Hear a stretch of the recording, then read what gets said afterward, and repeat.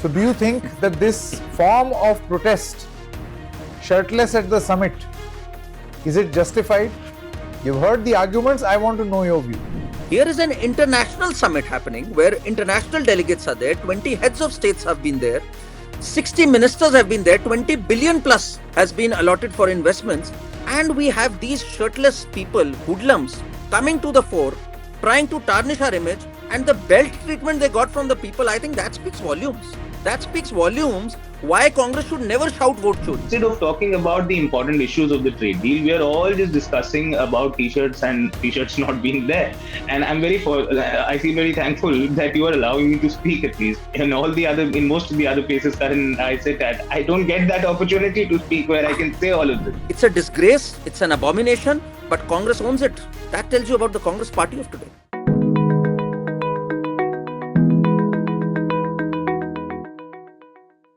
Hello and welcome. You're watching me, Sanket Upadhyay, on TheFederal. This is AI with Sanket, AI of news, because news in India today requires not artificial but analytical intelligence. This show today is going to be about shirtless men. Yes, it sounds funny, it sounds bizarre, but this is what has captured the imagination of the government, of the opposition, of discussion everywhere. So we thought, let's put this to a discussion here as well, although intelligently, analytically. Is it a crime to protest shirtless at a big international event? That is the subject matter of discussion which is happening all over the country right now. The Congress says it is their right. The BJP, the ruling party, says India has been insulted. But if India has been insulted because of a protest inside the AI summit, then was India also embarrassed when theft happened at the AI summit? Was India embarrassed when there was utter mismanagement on day one? Was India embarrassed when an embarrassing Galgotia University put up a huge stall, 4 times bigger than IITs combined, when the government said that stalls are given on first come first serve basis, when they featured a Chinese dog robot as their own, when they featured a South Korean football drone as their own? Was India not embarrassed then? Was India not embarrassed when in the AI summit many of the delegates had to walk 5 kilometers because the roads were blocked, no cars were allowed, no shuttles were allowed? Or should all of this be treated as some inconvenience on the sidelines, whereas the protest itself is the one which has caused deep, deep national embarrassment? Or is this a case where the Congress has essentially given the BJP, Mr. Ashwini Vaishnav, the Prime Minister, everyone a bailout package, that now nothing else will be spoken about, no accountability will be fixed of what all went wrong at the AI summit, and the conversation will revolve around a few shirtless men? We put this to a discussion. All right, joining us right now is Mr. Nikhil Jain. He's a political consultant, and Mr. Karan Verma is an author and a political analyst. Thank you very much to the two of you. Mr. Nikhil Jain, I want to begin with you first. Shirtless at summit. Instead of invest, people come invest. So do you think that this form of protest, shirtless at the summit, is it justified? You've heard the arguments. I want to know your view. Again, personally, I don't agree with this form of protest. I think there should be the right time and the right place for all sorts of protests. But we also need to look at what the issue being protested here is. The moment these guys have protested in this manner, the BJP has gone all guns ablaze after them for taking their shirts out. But the BJP is very conveniently running away from the important question that they were raising, that the PM has entered India into a trade deal with the US, where the interests of our farmers, our small businessmen, and other sectors of the economy have been sold out. We have agreed to US pressure to not buy oil from Russia. US would be levying 0% tariff. We'll be levying 0% tariff on their goods while they'll continue to levy 18% tariffs onto our goods. Agricultural imports from the US have been opened into the Indian market, which is going to hurt the Indian farmers. And these are the issues that these gentlemen are raising. Now, there's another point that needs to be made. I must make it, that they are workers of the Youth Congress. Now, if you have your reporters covering the youth congress, you'd know that the police picks them up the moment they leave their office. So they're not allowed to protest outside their office at Raisina Marg. They're not allowed to protest at Janpad. They're not allowed to protest at anywhere else in the city. The leader of opposition in the Lok Sabha is not allowed to speak in the Lok Sabha. What really do you expect the opposition to do? How do they get the eyeballs? How do they raise questions of importance, national importance, critiquing the government? What is the platform that they should choose? These are important questions I believe that we need to ask ourselves. Karan Verma, your opening comments on this protest, and then we'll enter into a discussion. So I think, Nikhil started off correctly, and he said this is not the right place to protest. He started off with that. And in fact, I was so sure, Sanket, that by the end of the day, the Congress would dissociate itself from this. When it really happened, I think it was afternoon when it happened. But lo behold, by the evening, we had Pawan Khera, the media head of the Congress, saying, where else would we protest? Would we protest in the basement? We'd rather do it where the world is watching. So that tells you about the mindset of this Congress party. When the Prime Minister said that this has become a Maoist party, this has become a party of those who want to disrupt the nation's progress, everyone said, oh, it's a conspiracy theory, it's not for real. Now we see that happening right before our eyes. Here is an international summit happening where international delegates are there, 20 heads of states have been there, 60 ministers have been there, 20 billion plus has been allotted for investments, and we have these shirtless people, hoodlums, coming to the fore, trying to tarnish our image, and the belt treatment they got from the people, I think that speaks volumes. That speaks volumes why Congress should never shout vote chori. When you irk the people to this point where they're pretty much kicking you out of the place, that tells you what standing you have amongst the hearts of the people today. People are sick and tired of such disruptionists. I mean, anarchy was considered to be Kejriwal's word. God knows when the Congress lapped it up and said that we are going to better you at that. And that's what we've seen. It's a disgrace, it's an abomination, but Congress owns it. That tells you about the Congress party of today.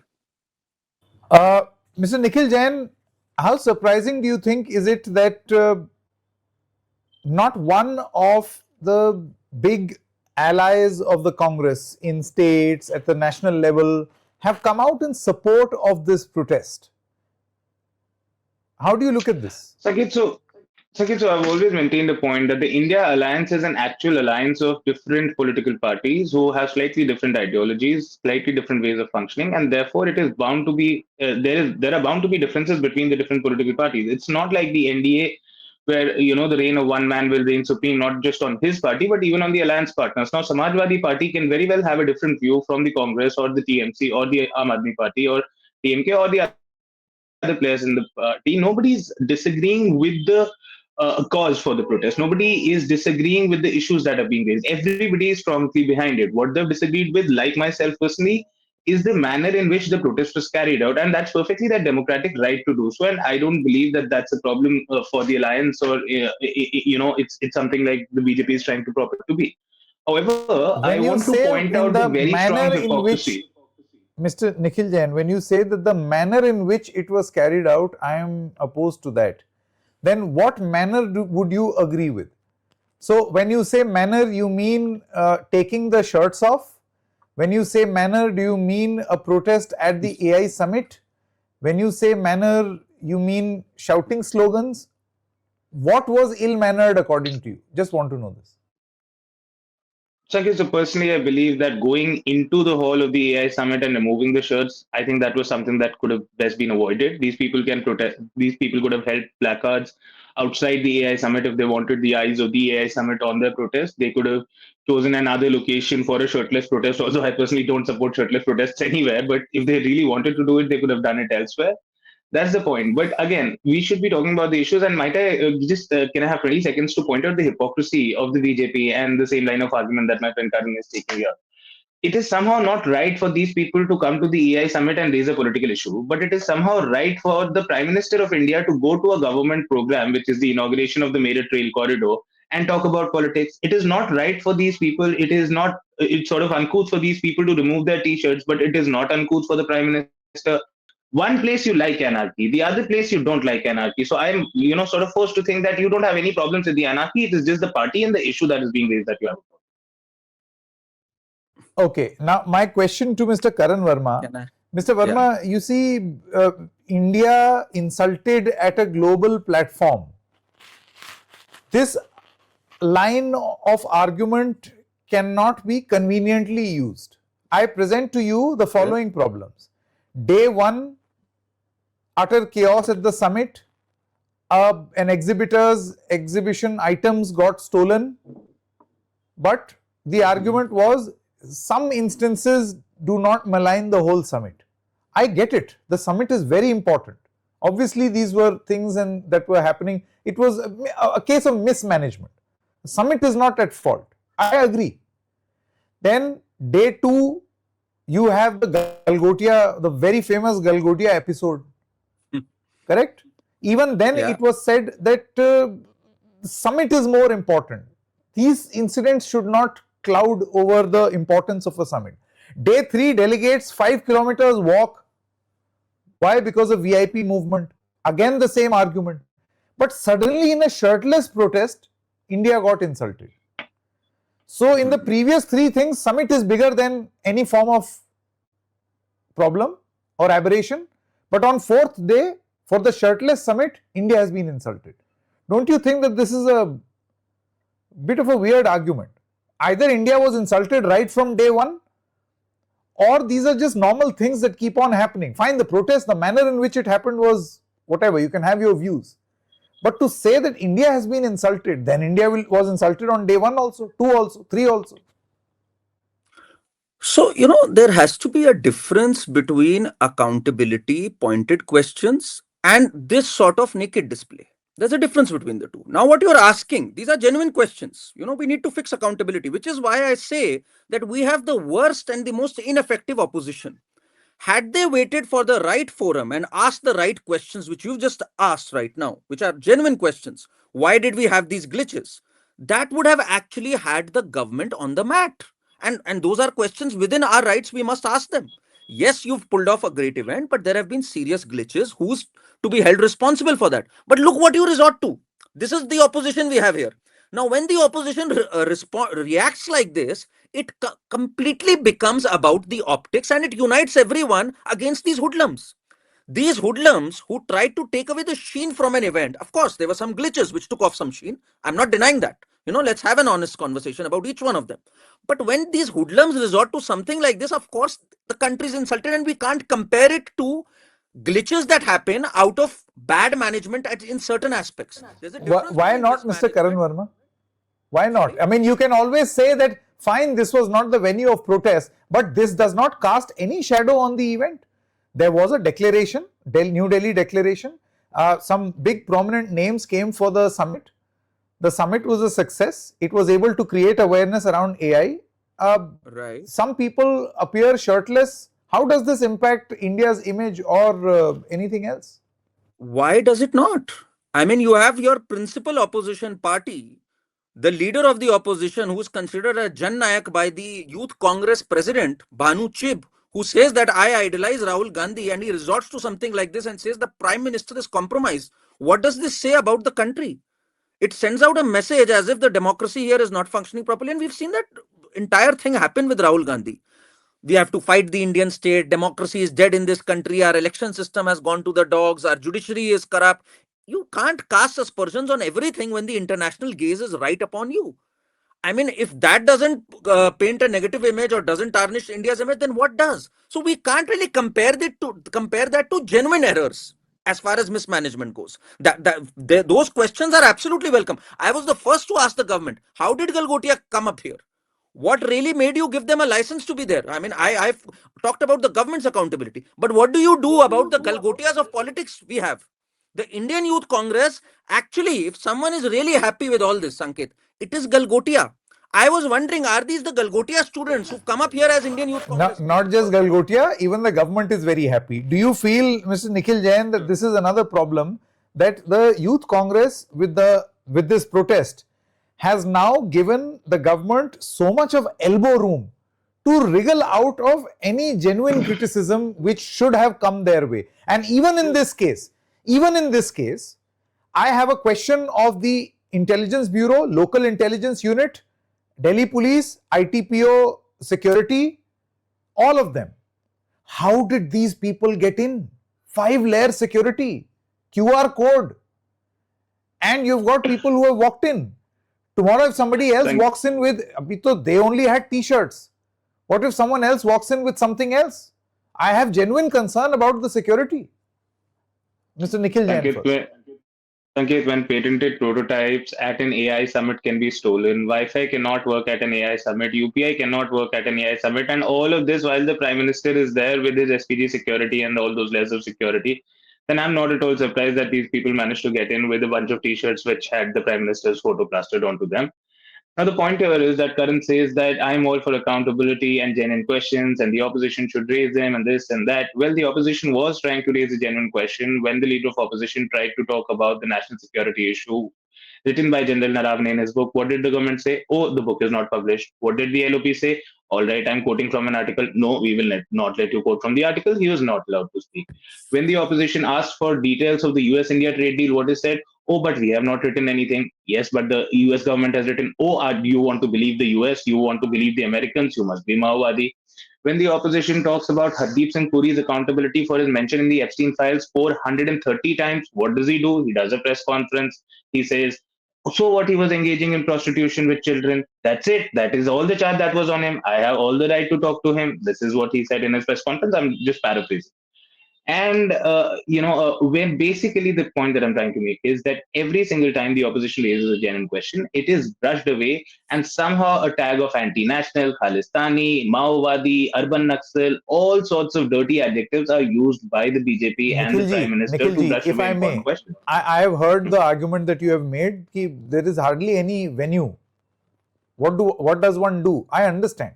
There is stonewalling everywhere. That's the argument that you are making. You tell me what precious little was achieved by taking the shirt off. Has the government not done exactly all those things? Have they not written the opposition off? Have they not highlighted that Congress is isolated and no other alliance partner is with the Congress in this shirtless protest?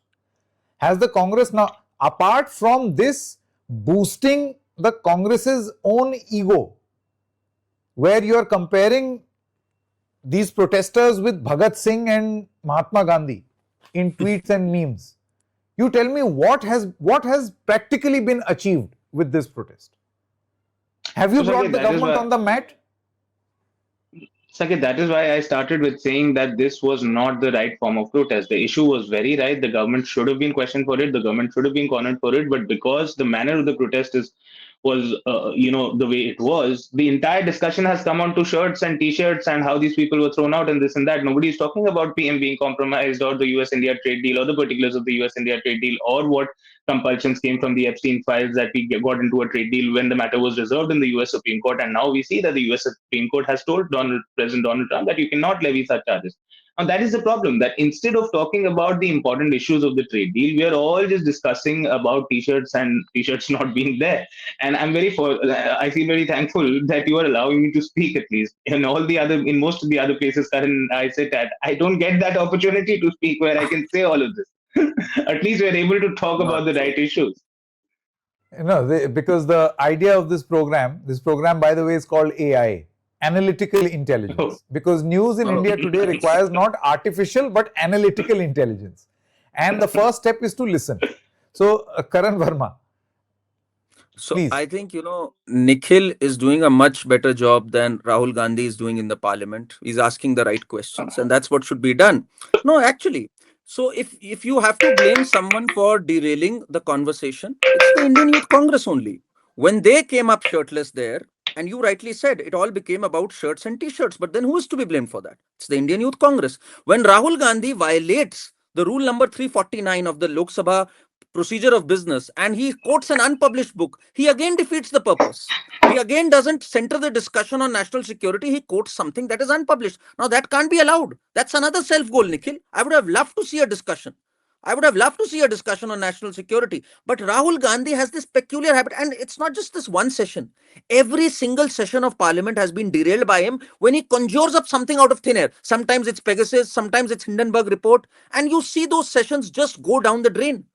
I actually want these sort of conversations to happen inside the parliament. But Rahul Gandhi defeats it by his cheap antics, his theatrics, where he says, Bharat Mata ko bech diya inhone. What sort of language are we talking here?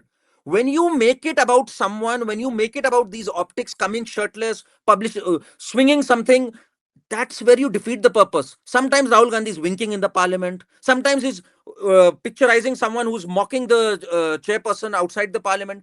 Sometimes he roughs up an individual when he's trying to enter. What is Rahul Gandhi up to? You need to have your conduct in place. For God's sake, he's the leader of opposition.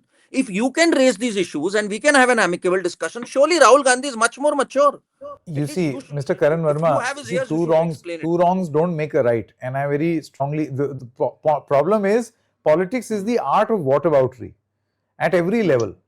And two wrongs never make a right. But do remember what the erstwhile opposition, BJP, when the UPA Raj was there, they did in parliament. I have attended that parliament session of the year 2010, the winter session, which was completely washed out because of a demand for JPC in the 2G scam. Right? Sorry to interrupt. And you rightly and said, two leaders of the BJP, exactly, two wrongs don't make a right. So it should not be happening now. But the opposition is used to using this, and I can tell you, whenever that day comes, whenever it comes, Nikhil Jain, if the BJP goes into the opposition, we have seen wherever the BJP is in opposition, it obstructs as a democratic right. You do it in Bengal, you do it in other states, you do it in Karnataka. So, I mean, I don't know, I don't understand these arguments. It's very convenient. All I'm trying to say is that let's just stick to, if India was insulted because of the AI summit, then Mr. Karan Verma is making a distinction that some problems in logistical management cannot be compared by a political act of protest. That is his view. I feel it is all the same. All forms of anything that was happening on the sidelines, either the argument should be that none of it affects what India was trying to achieve. It is on the sidelines. But what is your view? Nikhil first and then Karan. Sanket, so I feel that one of the problems with the BJP's ruling party right now is that they try to delegitimize every form of opposition. So every time a question is asked, you have the kind of adjectives that come their way. Now, see, when the Congress does this protest, and I've already said that I don't agree with the manner of the protest, for the BJP to call it anti-India or to say that the entire AI summit reputation has gone down the drain because of this, that is absurd. We have seen protests like these from different groups, environmentalist groups or social rights groups or human rights groups. We've seen such protests near Davos. We have seen such protests near F1 races. We've seen such protests at other international events. Even in Azerbaijan, quite recently, they had a fossil fuel summit where Azerbaijan people were protesting against fossil fuels right when other heads of states and heads of government were rolling in. And Azerbaijan did not feel that it's going to hamper their country's image because it does not. It in fact just shows that you are not a China, you are a democratic country where people can protest against the government. Number one. Number two, if indeed this is a metric that anybody protesting or raising their voice during an international event is somehow bringing shame to India, what sort of reputation does it bring to India when the Lok Sabha speaker's closet threatens to assassinate the leader of opposition and 25 members of parliament while this international summit is going on? Or what sort of reputation did it bring when the BJP was protesting during the 2010 Commonwealth Games? Now, these are the things that need to be answered. Actually, they don't need to be answered. The simple point is that you cannot delegitimize opposition. Opposition has the right to raise these questions and to call them names because of it. That is I don't think that's a fair deal on the part of the government. But Nikhil, you do agree that because of this protest, you gave a elbow room for the BJP to wriggle out, for the central government. This was a bailout package, essentially a bailout package for the central government. I mean, right now, somewhere secretly in a room, Mr. Narendra Modi, Ashwini Vaishnav must be heaving a sigh of relief, thanking the Congress party. Oh, thank God, these shirtless men were sent. No, Sanket, so I think this government really has this skill of taking anything as a bailout package, even when it does not exist. So my good friend Karan mentions about the Pegasus issue that was raised by Rahul Gandhi in the parliament. What did the government do? They said you are asking us questions of national security, while they never categorically denied that we are actually using Pegasus. So the government ran away from accountability, and they somehow tried to paint Rahul Gandhi as an anti-national. What did the government do when Rahul Gandhi raised the question of Hindenburg? Hindenburg was a private research and an investment firm that raised questions against another private firm, Adani, talking about collusion with SEBI and other Indian agencies. And when the leader of opposition asked the question, what does the BJP do? Arey, aap videshi taakoton ke saath mile hue hain. You are in bed with foreign powers. You don't want Indian wealth creators to grow and this and that, despite the fact that that Indian wealth creator is stealing away the wealth of the other Indians. But the BJP did not answer it. Now, in General Narawane's book, he quotes Article 349 and how unpublished material cannot be quoted. Well, the Caravan article was indeed published. So this is the problem, that whatever you give to the BJP, they will run with it. They're the kind of people who can, in a cricket match, they can catch a ball while at the batting field and then they can run with the ball and drop it outside the boundary and say, we have hit a six. How do you deal with an opposition like that? Or rather, a ruling party like that? Okay, final comment, Karan Verma. So, let me just bust each of the things my good friend Nikhil has said. Each one of these things has been busted by no less than the Supreme Court. You talk about Pegasus, the Supreme Court came down on it and said Rahul Gandhi didn't even hand his phone when we asked. On Adani, there was a Supreme Court monitored probe that happened, gave a clean sheet, nothing of that sort came out. Why did you have to disrupt the parliament when a probe was ordered right away? So, you have to come out of this disruptionist mindset. And Sanket, you just mentioned, I'm bothered about the security, how these people came in. So these people weren't carrying any weapons or anything. These were Congress, Indian Youth Congress members. And you know what the security personnel there has said? They had QR codes and they believe that they are the leaders of a principal opposition party. Now, what you're trying to say then, Sanket, is that next time, if a Congress person is entering in anywhere, we should look at them as dodgy elements and look at them with suspicion, because that's the only thing left. Nothing else was wrong with these people. Who could have thought they'll take their shirts off? Their biggest weapon is their bare-chested body, and that's how they're going to protest. They weren't carrying any sticks. They weren't carrying any weapons. They were just Congresses. So now if Congresses are equal to dodgy people, I don't want to comment that, but that's how it seems. I mean, that's where we're heading then.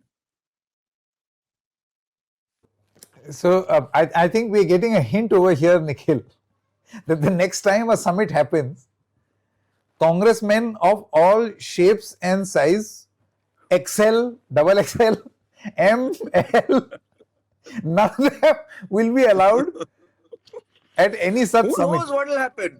Who knows what will happen there? Nikhil. See, again, I am sure. So a while ago, I said that these people could have instead, held placards outside the AI summit venue, as people do across the world. I'm sure had they done that, the BJP would have said, "Oh, look, they want to tell the US president and the France president that India is anti this, anti that."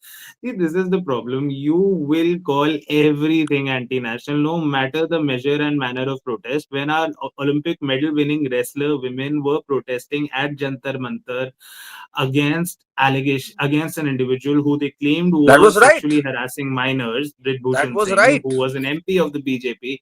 What did the police do? What did the BJP do? What did the government do? Did that individual even apologize once? Was an investigation promptly ordered? Was he arrested promptly? No. These women were called, they are politically motivated. Somebody came around and said that they are paid. Somebody called them anti-national. Somebody called them something else. And then they were dragged by the police by their hair and detained. See, this when members of parliament can be dragged and detained by the Delhi police, what really do you expect Youth Congress workers to do? What really do you expect people? How really do you expect people to protest? Now, in the parliament as well, like every time a question is raised, some or the other rule is quoted. Oh, unpublished book. When does the government actually answer? I really don't understand that has the BJP understood that they are in government for the past 12 years? They're no longer in the opposition. The Congress is no longer in power. It is somehow not right for the Congress to talk about individuals. No, I mean, I'll tell you what I feel as a journalist is a much more important question on the book. Who's been dead for 60 years. No, one moment. I feel, Mr. Nikhil Jain, what you mentioned, General Naravne. The bigger question is that a general can't get his book published for 2 years. A general of this country cannot write. And then there is this conversation of a 20-year cooling off period, which, by the way, now there is clarification that will not happen. So I think this is a bigger question. The government write their book? Sorry? See, how else will the officers favorable to the government write their books? Lieutenant General Dhillon's books are never stopped. G.D. Bakshi's events are never stopped. All the Major Gaurav Arya's are events and things that never stop. All of that For is the rest, fine. 20-year Lieutenant General cooling period. Dhillon can mention operational details, but General Naravane cannot. See, this is the hypocrisy. Okay. Nikhil, you wanted to come in? Quick comments and we close. Karan, sorry. Sorry, Karan. So, one thing that, gets missed often in the midst of all this is when the Shaheen Bagh protests were declared unconstitutional by the Supreme Court on 7th October 2020. No, they were. Please read out the judgment. The Supreme Court is very clear saying that the right to protest isn't unfettered. You can't protest anywhere, and a public protest, either it's at a designated place like the Jantar Mantar or it is not constitutional, as clear as it gets. Right to protest doesn't mean you have unfettered right. And that is so crystal clear. In fact, it was challenged by the Congress party. Again in 2021, it was held. So this should be clear. They should not consider, protesting, taking their shirts off at any public place as their right. It is not a right. And that is in no way a threat to democracy to begin with. You asked a valid question again. Why take so much of time to publish General Narawane's book? But General Naravane never said that we've even ceded an inch to China. General Naravane said that after 1975, 1979, this was the first time we gave the Chinese a bloody nose. What Rahul Gandhi is saying, we've lost 2,000 kilometers to China. He was pulled up by the courts for that. So that's the difference. I agree with your questions. Those are the questions they should ask. Clearly, Rahul Gandhi isn't asking the right questions. And when he says something, he's pulled up by the Supreme Court also. Can an Indian ask something like this, that 2,000 kilometers were lost? So it's not just us saying he's anti-national or, not pro-India in his statements. It's the courts who have been saying that. Chalo, at least one thing that at the end of this broadcast, we can say that whether it is Nikhil, Karan or me, we all agree that shirts must not be optional. We must all continue to wear our shirts and vest, and going and protesting in that way was not right. Everybody agrees. However, to club this with India insulted is, I think, taking it a bit too far. India is a way, way bigger country, and its efforts that are done, like the AI summit, had a way bigger and broader mandate. If it wasn't insulted by a university's stupidity, I would say, then certainly a few shirts off will not put India to disrepute. Thank you very much to the two of you, gentlemen. It was a lovely discussion. Thank you. Sure.